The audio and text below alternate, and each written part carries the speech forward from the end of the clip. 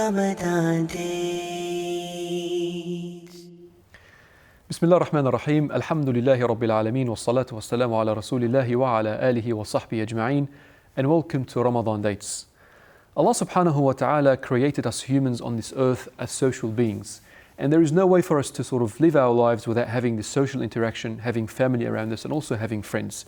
With us today to discuss friends in Islam is my good friend Sheikh Bilal Dannoun. How are you, Sheikh? Barakallah fikum, alhamdulillah rabbil alameen, and thank you for the opportunity. Jazakallah khair. Sheikh, we can't tend to live in this, in this earth without having these social interactions, whether it's to do with family, and friends who sort of become bigger influences in some instances than our family themselves. What does our religion say about friendship? Alhamdulillahi rabbil alameen, wa sallallahu wa sallama wa baraka ala nabiyyina Muhammad. Subhanallah, your introduction reminds me of an Arab saying, Rubba akhin laka lam talidhu ummuk. SubhanAllah. It may be that you have a brother that your mother did not give birth to. Now, many people have told me that we look alike. So that may be the case, inshallah. Allah barik fikum, Allah azzak ya Rab. May Allah bless our friendship and make our friendship from amongst those who be under the shade of Allah subhanahu wa ta'ala, whereby we love each other for the sake of Allah subhanahu wa ta'ala. Without a doubt, we are social human beings, and we need to have companionship. Let's go back and look at Jesus, Isa alayhi salam, and his disciples. That's right. Okay, his companions, his friends. Let's look at Muhammad sallallahu alayhi wasallam and his sahaba, his friends. Okay, let's look at Prophet Yusuf alayhi salatu wassalam, and when he was Prophet Joseph, when he was thrown into jail, okay, Allah subhanahu wa ta'ala had blessed him with a couple of people in there to keep him inshallah entertained and sane. And Allah subhanahu wa ta'ala called them Ya Sahibay Sijni. Ya Sahibay Sijni, the two friends of the jail. So companions are an important and integral part of life, but I guess the question is, are your companions bringing you up or taking you down? Because friends are like lifts. Okay, there are those friends who will elevate you, and there are those friends who will bring you down. Okay, so it's really important now to be mindful of who your friends are, and hence we have the Arab saying, another Arab saying that says, قُلْ لِي مَنْ تُصَاحِبْ أَقُلْ لَكَ مَنْ أَنْتِ. Tell me who you are befriending, and I will tell you who you are. And really, who you are associating with is a big reflection of who you truly are. And tell me who your friends are, and I'll tell you your future, as some other person said. Yes.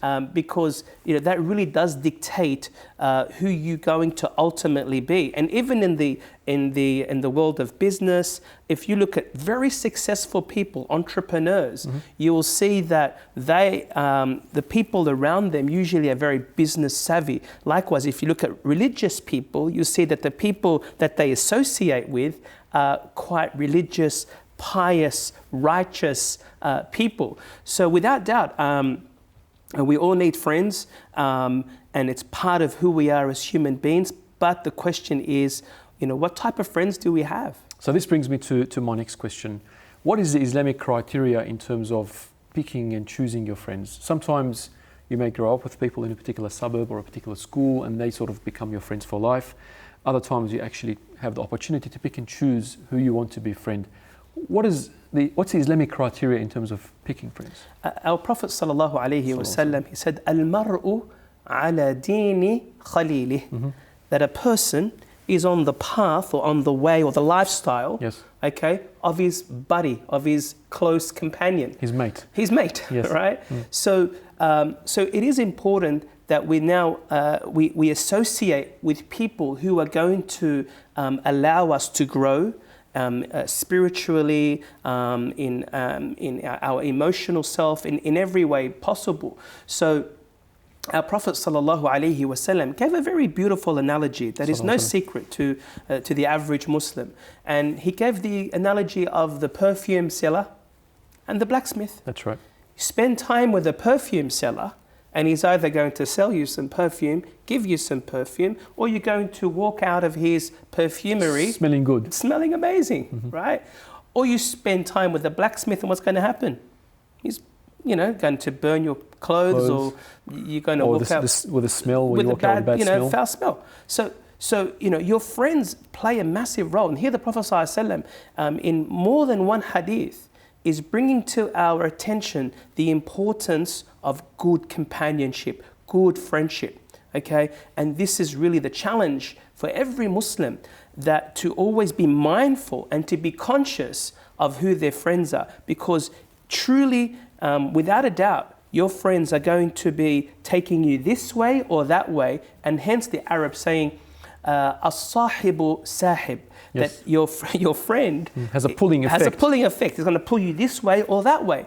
So you really need to be mindful of who your friends are. Just because you grew up with those individuals, it doesn't mean that you're going to have to remain with them as close buddies for the rest of your life, especially if they are people who are not going to allow you to meet your human need of growth, to grow in your iman, in your faith, in your in other skills in your life. Subhanallah, that's some good definitions and advice from yourself, Sheikh Bilal. We'll go to a break, and when we come back, we'll be speaking more about friendship in Islam. Ramadan Dates. Ramadan is a time for giving generously to those less fortunate. Your generosity will help distribute food packs to over 20,000 families. You can feed a family of 5 for the whole month of Ramadan for just $50. With a 100% donation policy and no admin fees. Donate this Ramadan to maximize your rewards at sadaqa.org.au. Ramadan Dates. Welcome back to Ramadan Dates. I want to ask you about a specific instance where someone may have recently become practicing their religion, and they tend to have had some friends who might have been quite bad in terms of the influence. So his group of friends is not very good from an Islamic perspective. Is there any situation where that person can say, I want to stick and hold on to my friends because I want to give them da'wah? Or should that person sort of isolate himself from these people that could have a negative influence on him? Without doubt, if you have a friend who's on the deen, who's practicing their faith, this is a friend that you really want to hold on to. Let's say that from the very outset. And as the saying goes, a friend in deen is a friend indeed. Okay, nice. You've got all these nice sayings.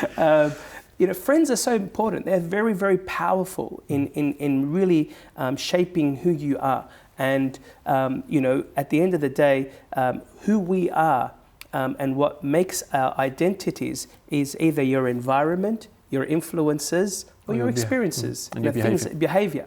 And so, subhanAllah, we will find, alhamdulillah, we ask Allah subhanahu wa ta'ala to bless everybody with hidayah, with guidance, and Islam, and iman, and taqwa, okay?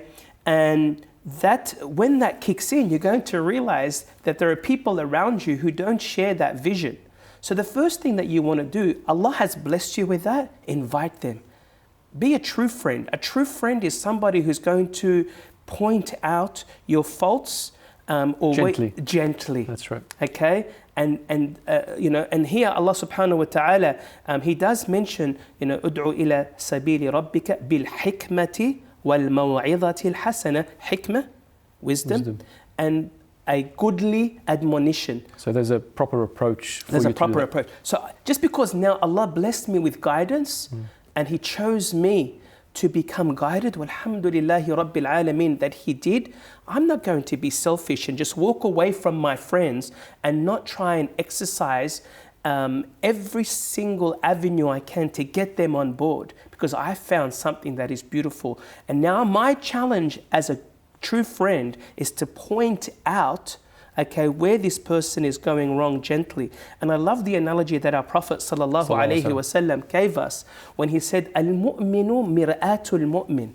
He said the believer is the mirror, a reflection of another believer. Okay, so now let's think about the mirror for a moment. When you stand in front of your mirror, okay, and your mirror is pointing out your blemishes, your faults, your hat that's probably stunted, your hijab that's probably out of line, do you get upset with your mirror? No, of course not. Do you smash your mirror? No, of course Do you tell not. it off? Aren't you grateful towards your mirror? Of course you are. And that's how you should be as a friend who points out your faults and your blemishes and things that need to be corrected. So do we leave these friends and we just walk away? I don't believe that's right. I don't believe in burning bridges. Don't burn your bridges. Keep a connection, even if it's a hairstring, whereby there's that little bit of a connection where he's pulling, but you don't pull too much, and then you're pulling, but he doesn't pull too much. Keep that connection with them, because you never know. If you break that connection, it's going to be very hard every time you see that person. So let the person know, look, I'm now, be honest. Say, look, I'm now following a certain protocol, lifestyle, and insha'Allah ta'ala, I've this, share your standards. Okay, I'm now following this lifestyle. It's nothing personal. It's just who I am now as an individual. SubhanAllah, that's good word of advice, and I like how you said don't burn the bridges. But there are instances sometimes whereby your crew, let's call them, or your old buddies, let's say, maybe sort of pulling you back from the hidayah that Allah subhanahu wa ta'ala has given you and negatively influencing you. Do you think in that instance one should sort of separate and he's better off alone? What are your thoughts? I believe, look, if they are bringing you down and they are influencing you in a negative way, then you need to politely, respectfully, move away. I don't believe any environment that is toxic, should be an environment that we're engaging in that will not allow us to grow. But I guess it's that wisdom. It's your approach. That's the most important, and that's the challenging part, I guess. The approach that you're going to take to move away without creating serious damage. Can you define for me what a good friend is? I believe there are three things to look out for when it comes to a good friend. First of all is to look for their deen. Yes. To look at, are they an individual that's going to allow you to grow in your deen, to allow you to become a better person? Okay, that's the first one, the deen. In terms of their salah, they're going to remind you that even when you look at them, subhanallah, they remind you of Allah Azza wa Jalla. There are certain individuals, you look at them and they remind you of faith. They remind you of your identity as a Muslim. So I think the deen is very, very important. And secondly, that they have to have good manners and good character. Unfortunately, we have Muslims that may have deen, they are practicing, but when it comes to their mannerisms, when it comes to their language and the way they speak and conduct themselves, it's very un-Islamic. And manners play a massive role in Islam. And our Prophet ﷺ said, إِنَّمَا بُعِثْتُ لِأُتَمِّمَ مَكَارِمُ الْأَخْلَاقِ. I have been commissioned to perfect good moral character. So I'd be looking for the deen, I'd be looking for the character of that person. And on that, you also find the opposite is also true. So there are people that have some really good conduct and character, but they actually lack the deen aspect as well. Absolutely, well said. So yes, they can have deen, but no character. They can have character, but no deen. So we want them to work hand in hand. This is the ideal friend. And then they are a friend also who Allah subhanahu wa ta'ala has blessed with some wisdom. This is the ideal friend. Like if we can find that friend who Allah subhanahu wa ta'ala has blessed them with hikmah, with wisdom, that can offer you that guidance, that can direct you in a way that is going to benefit your worldly life and benefit your hereafter. These are three characteristics that I believe we should be insha'Allah ta'ala be looking for. But like you said before, the character is very important. And if you are careless with how you conduct yourself towards the people around you, then they are going to be they are going to care less about you. Subhanallah. Very, very important to always be mindful of your character. And subhanallah, when it comes to friendships, friendships play a massive role in shaping who we are and how we are going to either grow or stay the way we are. You find our friends in this life, they assist us, they are there for us when we need them, they give us advice, they help us out when we are in need, and that's what a close friend does. But what's so amazing is that in Islam, the friend also has a relation to the afterlife. What can you tell us about this? SubhanAllah, you reminded me of a verse from the Quran. Allah subhanahu wa ta'ala, He speaks about the close friends, al-akhilla, yes, your khalil, tight, very tight, near friend. Al-akhillau yawma'idhin ba'duhum li ba'din adu. He said that subhanAllah, the first thing Allah mentions here, that those who are close friends on that day, meaning the day of judgment, yes, are going to be enemies of one another. So that means most close friends are going to be enemies on the day of judgment. He starts off with this and he says what after that? Illa al-muttaqeen, except for those who have taqwa, who have piety, which is one of the greatest objectives of Ramadan, to gain piety and to gain that God consciousness, the taqwa of Allah Azza wa Jal. So therefore, the friend that you're looking for to benefit your hereafter is a friend of taqwa, is a friend on the deen, insha'Allah ta'ala, who's going to allow you to grow in your spiritual intelligence, insha'Allah ta'ala. And there is another verse in the Quran, and Allah subhanahu wa ta'ala, He says, يَوْمَ يَعَضُّ الظَّالِمُ عَلَى يَدَيْهِ, that the oppressor, the one who oppressed himself, yes, the one who oppressed others, he's going to be biting on his two hands, not just one, two hands. In regret. Regret. When you bite on your hands, it's like, you're in that regret, right? And remorse. يَوْمَ يَعَضُّ الظَّالِمُ عَلَى يَدَيْهِ يَقُولُ يَا لَيْتَنِي اتَّخَذْتُ مَعَ الرَّسُولِ سَبِيلًا. I wish I took with the messenger his path, yes, the path of the Prophet ﷺ, which is the salah and the siyam and the zakat and all those beautiful things that Islam teaches us. And the Prophet ﷺ, offered Islam.